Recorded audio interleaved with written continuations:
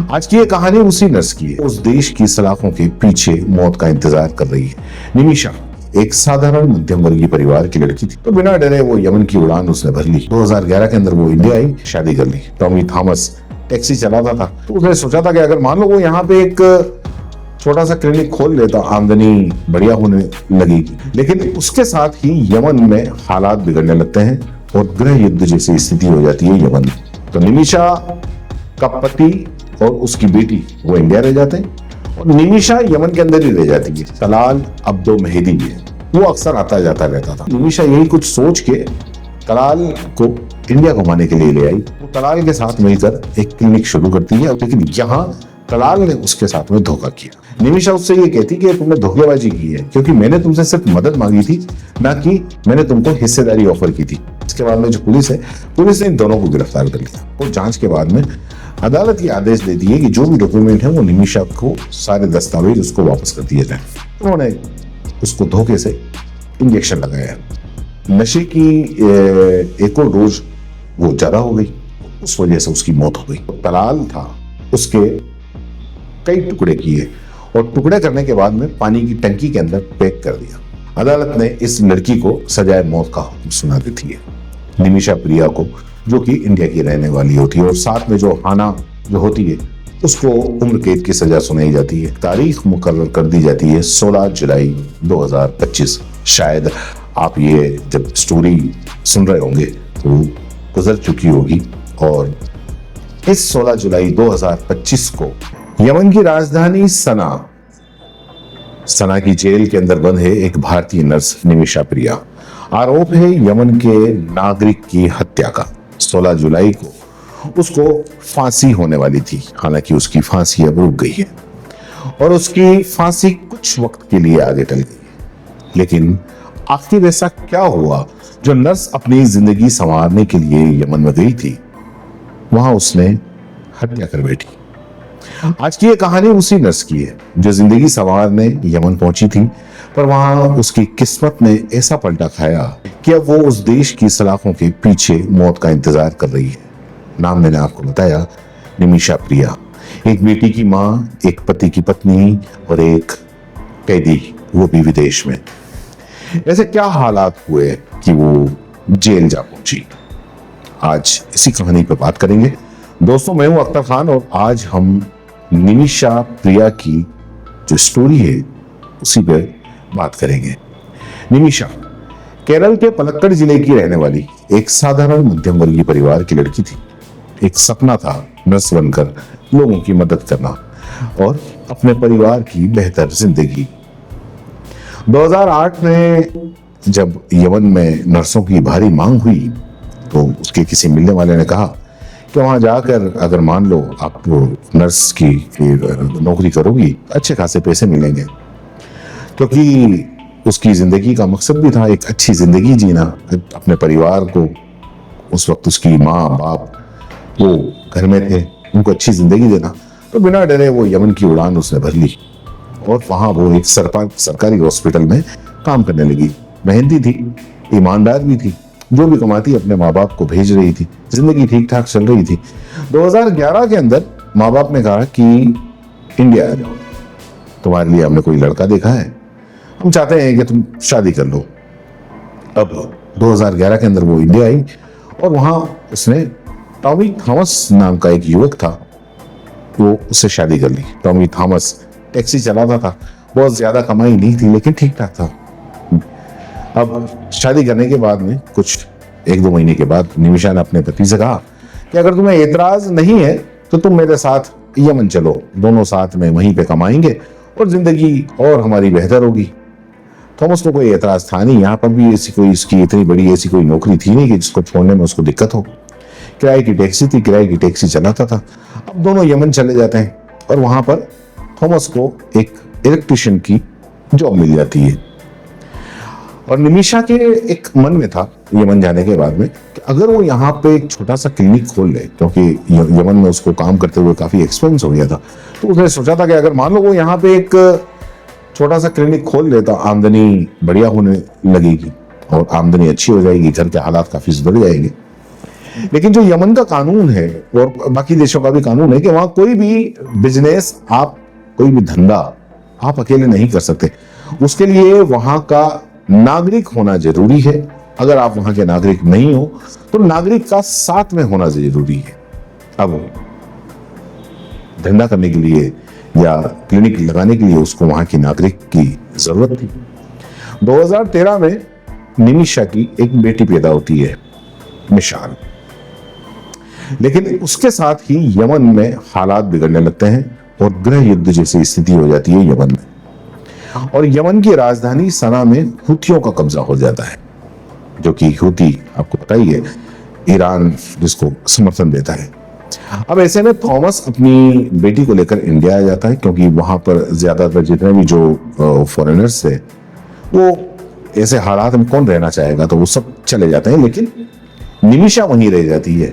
निमिषा वहीं रहकर अपना काम जारी रखती है और उसका मैंने पहले ही बताया कि उसका इरादा था कि एक वो छोटा सा क्लिनिक खोल ले जिससे कि वहाँ अच्छी खासी इनकम हो जाएगी। इधर यमन में हालात थोड़े ठीक होते हैं, लेकिन ऐसे में यमन की सरकार जो बाहरी यानी कि जो विदेशी होते हैं उनको वीजा देना बंद कर देती है।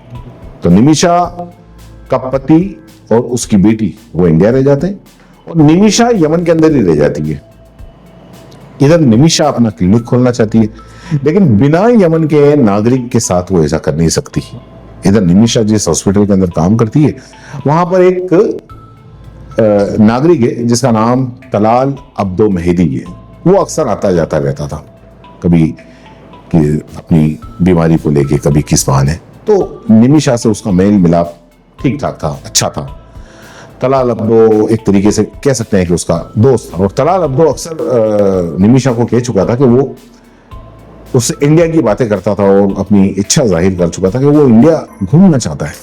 अक्सर निमिषा को वो कहता, निमिषा मुस्कुराकर जवाब देती। निमिषा के मन में ख्याल आया कि क्यों ना तलाल को इंडिया घुमाकर इसका भरोसा जीता जाए और साथ ही इससे क्लिनिक की भी बात कर लेंगे और इसके साथ मिलकर क्लिनिक खोल लेंगे। अब जो निमिषा थी, निमिषा यही कुछ सोच के तलाल को इंडिया घुमाने के लिए ले आई। तलाल को इंडिया लेकर आती है और इसी दौरान निमिषा की बेटी का नामकरण फंक्शन भी था वहां पर, वो भी अटेंड करते हैं। उसको अच्छा खासा इंडिया भी घुमाया जाता है। तलाल खुश होता है, वो वहां पर ही उसकी क्लिनिक की बात करती है। तलाल उसके लिए एग्री भी हो जाता है और कह देता है कि हम दोनों मिलकर और क्लिनिक शुरू करते हैं। यमन आने के बाद में वो तलाल के साथ मिलकर एक क्लिनिक शुरू करती है और उसके लिए निमिषा अपने पासपोर्ट सहित बाकी के जो डॉक्यूमेंट होते हैं वो तलाल को देती है, क्योंकि जो सरकारी जो फॉर्मेलिटी होती है वो सारे उसमें उसको जमा कराने होते हैं। और उसके बाद ही उसको क्लिनिक चलाने की जो है वो अनुमति मिलती है। क्लिनिक शुरू करने के लिए भी जो पैसा जो था वो सारा के सारा निमिषा ने लगाया था। उसका काफी कुछ पैसा बचा रखा था इसी के लिए कि मैं कभी ना कभी अपना क्लिनिक खोलूंगी। और क्लिनिक के अंदर एक डॉक्टर और एक नर्स का भी इंतजाम होता है। निमिषा ने तलाल से मदद मांगी थी और हिस्सेदारी ऑफर नहीं की थी, लेकिन यहाँ तलाल ने उसके साथ में धोखा किया। धोखा क्या किया? उसने फर्जी डॉक्यूमेंट बनाए। फर्जी डॉक्यूमेंट के जरिए उसने कागजों के हिसाब से 33% तलाल और 67% निमिषा, ये उसने कागजों के अंदर दे दिया। और कागजों के अंदर ये भी दे दिया कि जो निमिषा है वो उसकी पत्नी है। इधर क्लिनिक अच्छा खासा चल रहा था।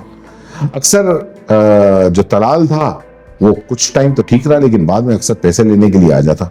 निमिषा उससे ये कहती कि तुमने धोखेबाजी की है, क्योंकि मैंने तुमसे सिर्फ मदद मांगी थी, ना कि मैंने तुमको हिस्सेदारी ऑफर की थी।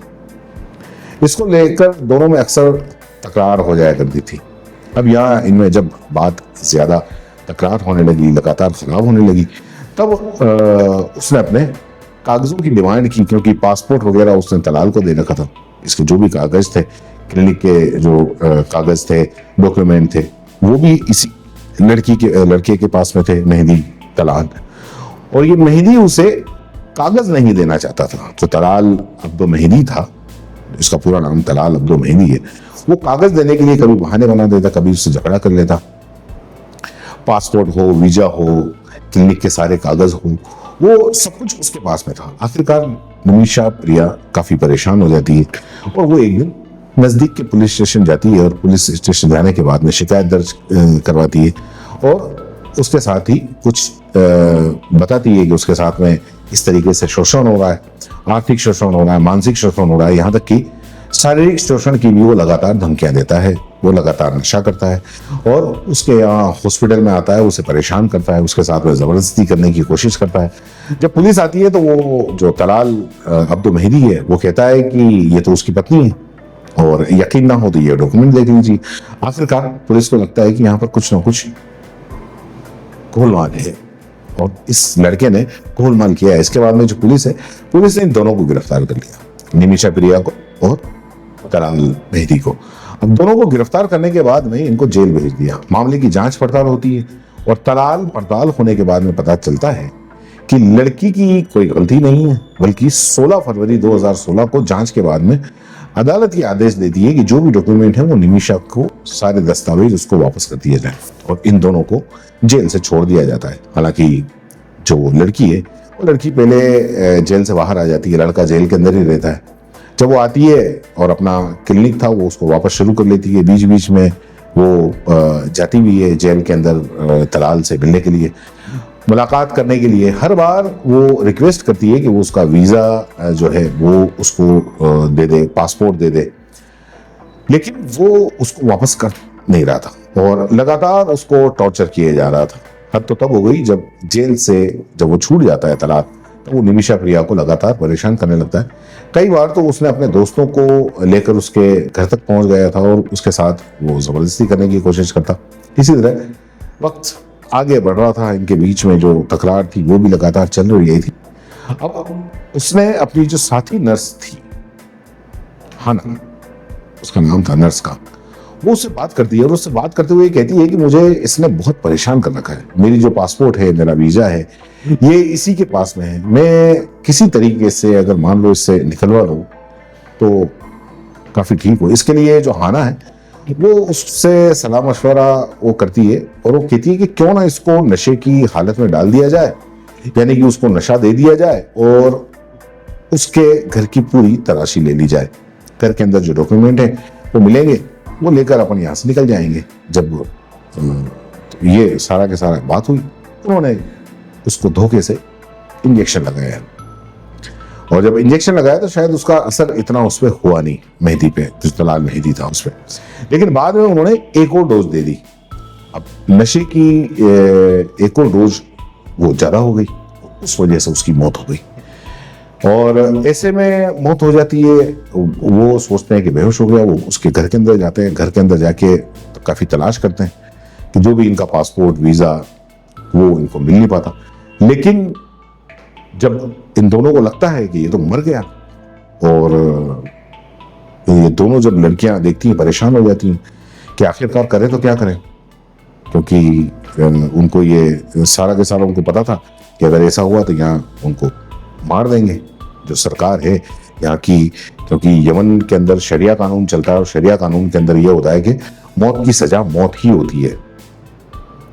और जो मीडिया रिपोर्ट्स हैं उसके अनुसार ये है कि इन्होंने उस जो तलाल था उसके कई टुकड़े किए और टुकड़े करने के बाद में पानी की टंकी के अंदर पैक कर दिया और आखिरकार वो वहां से चुपचाप निकल जाती है। लेकिन क्राइम आखिर कब तक छुपे? क्राइम को तो भी छुपता नहीं है और इसका ये पता चल जाता है कि पानी की टंकी के अंदर लाश के टुकड़े हैं और जैसे ही पता चलता है तो घर वालों को पता चलता है। घर वालों ने मामला जब शिकायत के अंदर पुलिस के अंदर शिकायत दर्ज की और पुलिस ने इस मामले की चार्जशीट लगाते हैं और अदालत भेजती है। अदालत में जब ये मामला पहुंचता है तो निचली इस बीच उसको गिरफ्तार कर लिया जाता है। पुलिस को पता चल जाता है कि ये इस लड़की ने, इन दोनों ने मिलकर इसका कत्ल किया है। अदालत ने इस लड़की को सजाए मौत का हुक्म सुना देती है, निमिशा प्रिया को, जो कि इंडिया की रहने वाली होती है और साथ में जो हाना जो होती है उसको उम्र कैद की सजा सुनाई जाती है। और इधर जो खबर है वो अखबारों के माध्यम से इधर इंडिया में लोगों को पता चलती है तो ये खबर उनके परिवार तक पहुंच जाती है। 5 मई 2018 को आखिरकार परिवार को ये पता चल जाता है कि उनकी बेटी पिछले कई साल से मुसीबत में है। जो लड़का इंडिया घूमने के लिए आया था, दरअसल उसने उसको टॉर्चर किया और उसकी वजह से उसको सजाए मौत का हुक्म सुना दिया जाता है। उसके बाद में पूरा परिवार इन लोगों की जो है वो कोशिश करना शुरू कर देता है कि इधर मतलब जो इसका पति है वो लगातार ये कोशिश करना शुरू कर देता है कि किसी तरीके से वो बाहर आए। वक्त आगे बढ़ रहा था, सुप्रीम कोर्ट में अपील की जाती है और 13 नवंबर 2023 को अपील को खारिज कर दिया जाता है, यानी कि जो निमिषा प्रिया को सजाए मौत का हुक्म सुनाया जाता है उस सजा को लगातार बरकरार रखा जाता है। उसके बाद में एक और चांस था और वो चांस था राष्ट्रपति के यहाँ अपील करने का। अगर राष्ट्रपति चाहते तो उसकी सजा को माफ कर सकते थे, लेकिन राष्ट्रपति ने ऐसा चाहा नहीं और उसकी अपील को भी वहां पर भी खारिज कर दिया गया। राष्ट्रपति उसको सजा को माफ नहीं किया बल्कि अपील को खारिज कर दिया। 30 दिसंबर 2024 को जब अखबारों के माध्यम से ये पता चला कि यहाँ के जो राष्ट्रपति हैं उनकी अपील को लड़की की जो है राष्ट्रपति ने उस लड़की की अपील को खारिज कर दिया, उसके बाद में ये मामला फिर अदालत के अंदर पहुंच जाता है। उसके बाद में जो एक प्रक्रिया होती है उस प्रक्रिया के तहत फाइल चलती है। जनवरी, फरवरी, मार्च, अप्रैल और इस तरह से महीने गुजरते जाते हैं और वो तारीख आ जाती है, एक तारीख मुकर्रर कर दी जाती है 16 जुलाई 2025। शायद आप ये जब स्टोरी सुन रहे होंगे तो गुजर चुकी होगी और इस 16 जुलाई 2025 को वहां के कानून के हिसाब से उसको सजाए मौत दी जाएगी। और सजाए मौत वहां पर कैसी होती है, वहां पर दरअसल कंबल में लपेट के उल्टा लेटा दिया जाता है और फिर डॉक्टर आता है। डॉक्टर आने के बाद में वो तय करता है कि यहाँ पर अगर इसको गोली मारे तो वो सीने को, दिल को चीरती हुई आर पार हो जाएगी और जिससे उसकी मौत होगी। और कोई एक सैनिक आता है और वो धड़ाधड़ कई फायर करता है उसी जगह और ये इस तरीके से वहां सजाए मौत देने का था, जो कि 16 जुलाई यानी कि आज 15 जुलाई है, कल 16 जुलाई को उसको सजाए मौत दी जानी थी। लेकिन अभी जो हाल में जो खबरें जो आई हैं तो उस सजा को आगे टाल दिया गया है। सजा को आगे इसलिए टाल दिया गया है कि जो एक पूर्व कोई जज हैं वहीं के, उन्होंने एक जो है वो ब्लड मनी या कुछ और भी होता है कि अगर जिन लोगों ने केस किया है उसके परिवार वाले, जो तराल अब्दो मेहदी है उसके परिवार वाले, अगर मान लो निमिषा को माफ कर देते हैं, अब वो माफ कैसे भी कर सकते हैं, चाहे तो वो वैसे ही माफ कर सकते हैं, चाहे तो जो ब्लड मनी है, ब्लड मनी जो तय हुई थी, जो ब्लड मनी थी वो करीब 8.5 करोड़ ऑफर कर दी गई है। लेकिन उन्होंने जो तलाल मेहदी के जो परिवार वाले उन्होंने एक्सेप्ट नहीं की थी और भी कई चीजें ऑफर की थी, लेकिन अभी तक वो सजा को मतलब उन्होंने उसको माफ नहीं किया है। अगर मान लो वो माफ कर दे तो वो छूट सकती है, अदरवाइज जो यमन के अंदर, क्योंकि शरिया कानून है, शरिया कानून के हिसाब से सजाए मौत ही होती है। तो अब देखते हैं आगे क्या होगा, जो भी होगा हम आपको अपडेट करा देंगे। धन्यवाद।